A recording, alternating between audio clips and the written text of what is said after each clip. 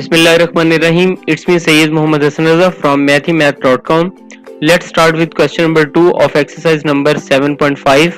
The statement of the question is insert two geometric means. अब यहाँ पे basically हमारे पास 1 और 8 जो है वो गिवन है.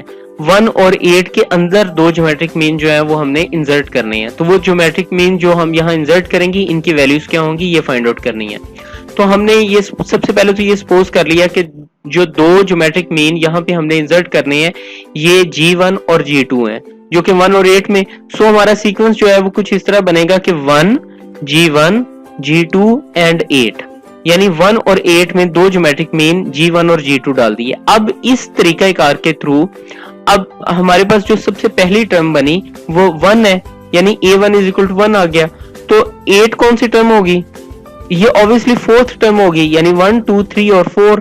सो A4 इज इक्वल टू 8 आ जाएगा. तो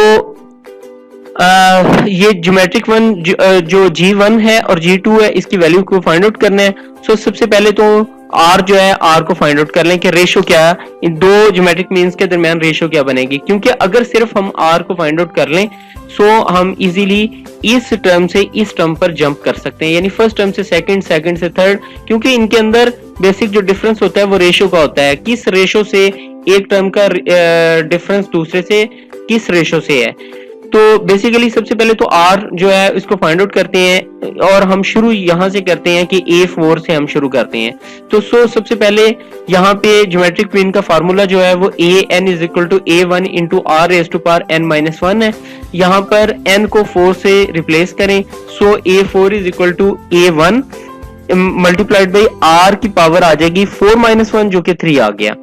अब क्योंकि हमने R जो है इसको फाइंड आउट करना है सो A4 ऑलरेडी गिवन है, यानी A4 जो है ये बेसिकली 8 है. तो A4 को हमने A4 की जगह 8 रख दिया. यहाँ A1 जो है ये 1 है और यहाँ पे R क्यूब आ जाएगा, यानी कि R रेज़ टू पावर 3 आ जाएगा. अब basically R raise to power 3 जो है ये 8 के इक्वल आ गई. सो हम इस 8 को 2 रेज़ टू पावर 3 भी लिख सकते हैं. कैसे? 2 रेज़ टू पावर 3 जो है ये क्या है? 2 रेज़ टू पावर 3 का क्या मतलब है? 2 रेज़ टू पावर 3 का ये मतलब है 2 मल्टीप्लाई बाई 2 मल्टीप्लाई बाई 2. इसका ये मतलब है कि 2 यानी इसका यही मतलब है कि ये 8 आ जाता है. सो अब क्या होगा कि यहाँ पे जो है ना वो स्केयर यहाँ पे दोनों साइड पर जो है ना वो क्यूब रूट लेंगे. जब दोनों साइड पे क्यूब रूट लिया तो बेसिकली आप इसे सिंपली ऐसे भी कह सकते हैं कि जब पावर्स एक जैसी हो जाती हैं तो हम बेसिस को कंपेयर कर सकते हैं. सो यहाँ पे R इज इक्वल टू 2 आ जाएगा. सिंपली ये जो R की वैल्यू जो कि हमने फाइंड आउट करनी थी ये R हमारे पास 2 आ गई. अब क्या है कि अगर आप यहाँ पे G1 को देखें तो G1 यानी कि जो आपकी जो सेकंड टर्म है ज्योमेट्रिक सीक्वेंस की वो G1 जो है वो उसके अंदर एक, यानी G1 बेसिकली G1 नहीं है, ये G2 है, यानी कि ये एक्चुअली तो दूसरी टर्म है. सो आप इसे इसके अंदर 1 रेशो जो है वो ऐड हो जाए, यानी 1 रेशो इसके साथ मल्टीप्लाई होगी, यानी G1 आपके पास आ जाएगा A multiplied by R. G2 आ जाएगा A यानी A1 multiplied by R square. यानी ये R स्क्वायर क्यों आया? क्योंकि ये थर्ड टाइम तीसरी जगह पर ये तीसरी टर्म है G2 जो है. ये देखें ये आपके पास G1 सेकंड टर्म है, यानी ये फर्स्ट टर्म है, ये सेकंड है, ये थर्ड है. तो G1 जो है ये ऑलरेडी आपके पास सेकंड टर्म है. तो सेकंड टर्म को फाइंड आउट करने के लिए ये आपके पास यहाँ A1 multiplied by R. A1 क्या है आपके पास? A1 जो है वो 1 है और R क्या है जो अभी फाइंड आउट किया है ये 2 है. तो 1 multiplied by 2 is equal to 2 आ जाएगा. अब इसी तरह से A1 multiplied by R square. So A1 into 2 raise to power 2 जो कि 4 आ गया. 4 multiplied by 1 is equal to 4 आ गया. सो बेसिकली G1 और G2 की वैल्यू 2 और 4 आ गई. अब ये 2 और 4 जो है ये बेसिकली दो ज्योमेट्रिक मीन्स हैं जो कि हमने 1 और 8 में इंसर्ट किए हैं यहाँ पे. तो होपफुली आपको इसकी समझ आ गई होगी. लेकिन अगर किसी जगह कोई कंफ्यूजिंग स्टेप है जिसकी आपको समझ नहीं आ रही तो आप हमसे विदाउट एनी हेजिटेशन आप कांटेक्ट कर सकते हैं. Thank you very much. अब इसके सेकंड पार्ट में अगर आप इसी क्वेश्चन के सेकंड पार्ट की तरफ आए तो इसके अंदर भी बेसिकली हमने दो ज्योमेट्रिक मीन जो है इनको इंसर्ट करना है। हम ये उसी तरह से जिस तरह से हमने फर्स्ट क्वेश्चन में किया कि हम यहाँ पे भी इस तरह करते हैं कि G1 और G2 दो ज्योमेट्रिक मीन ऐसे हैं जो कि हम सपोज कर लेते हैं जो कि 3 और 81 के दरमियान है। सो हमारा सीक्वेंस कुछ इस तरह से बनेगा कि 3 G1 G2 और 81 यानी 3 G1 G2 दो ज्योमेट्रिक मीन है जो हमने इंसर्ट करने थे। सो हमने इसके अंदर इनको सपोज कर लिया। सो हमारे पास फर्स्ट टर्म क्या बनेगी 3, सेकंड टर्म बनेगी 81, सॉरी फोर्थ टर्म यहाँ पर बनेगी 81 यानी 1 2 और 3 और ये fourth term. So first term 3, fourth term 81। सो इसके अंदर भी सिंपल है कि हम सबसे पहले R जो है इसको फाइंड आउट कर लेते हैं।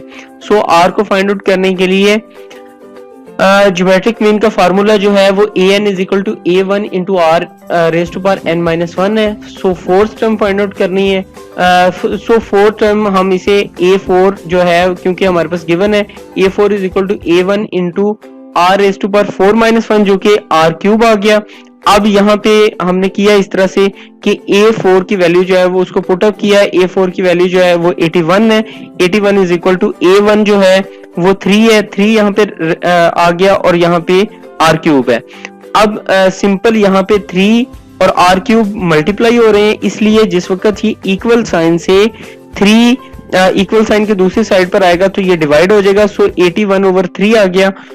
सो finally r cube is equal to 27 आ गया।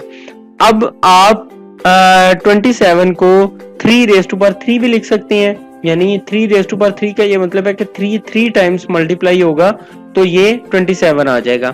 अब यहाँ पे पावर सेम है।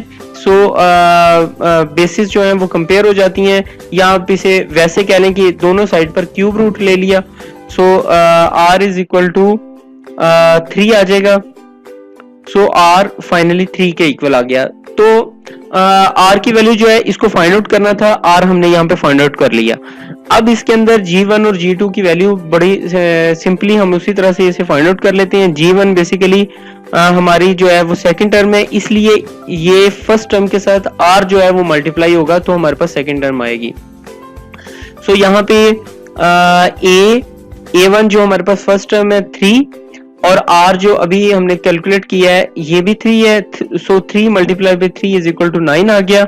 और G2 जो है ये हमारे पास a1 इंटू r स्केयर है। सो a1 जो है वो 3 है और r जो है ये 3 स्केयर आ गया। सो ये 3 multiplied by 9 is equal to 27। So 9 और 27 दो ज्योमेट्रिक मीन है जो कि 3 और 81 के दरमियान होंगे। अगर आपको किसी जगह पे कोई कंफ्यूजन है तो काइंडली आप हमसे कांटेक्ट करें। इंशाल्लाह हम कोशिश करेंगे कि आपकी क्वेरीज को इन टाइम रिस्पांस दे सकें। Thank you very much.